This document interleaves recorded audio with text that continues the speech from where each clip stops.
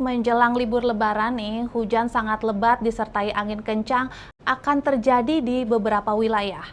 Pemudik diingatkan untuk selalu membawa perlengkapan darurat serta memahami langkah evakuasi jika menghadapi kondisi darurat di perjalanan. Badan Meteorologi, Klimatologi, dan Geofisika BMKG telah mengeluarkan peringatan cuaca selama musim mudik Lebaran 2025. Diperkirakan cuaca ekstrim terjadi di beberapa wilayah Indonesia.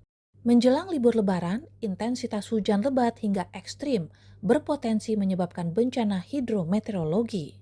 Masyarakat diimbau untuk selalu waspada dan melakukan antisipasi resiko. Melansir laman bmkg.go.id, peringatan dini cuaca ekstrim periode 25 hingga 27 Maret 2025 umumnya didominasi berawan hingga hujan ringan. Sementara periode 28 sampai 31 Maret 2025, wilayah Indonesia masih didominasi cuaca berawan hingga hujan ringan. Kepala BMKG Dwi Korita Karnawati menjelaskan, cuaca ekstrim masih terjadi selama Maret 2025 karena gangguan atmosfer.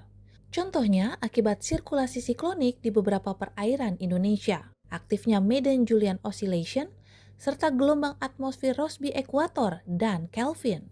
BMKG mengingatkan pemudik yang menggunakan transportasi udara dan laut untuk lebih memperhatikan prakiraan cuaca. Begitu juga bagi masyarakat yang bepergian dengan pesawat. Harus siap dengan keterlambatan penerbangan akibat cuaca buruk di beberapa wilayah.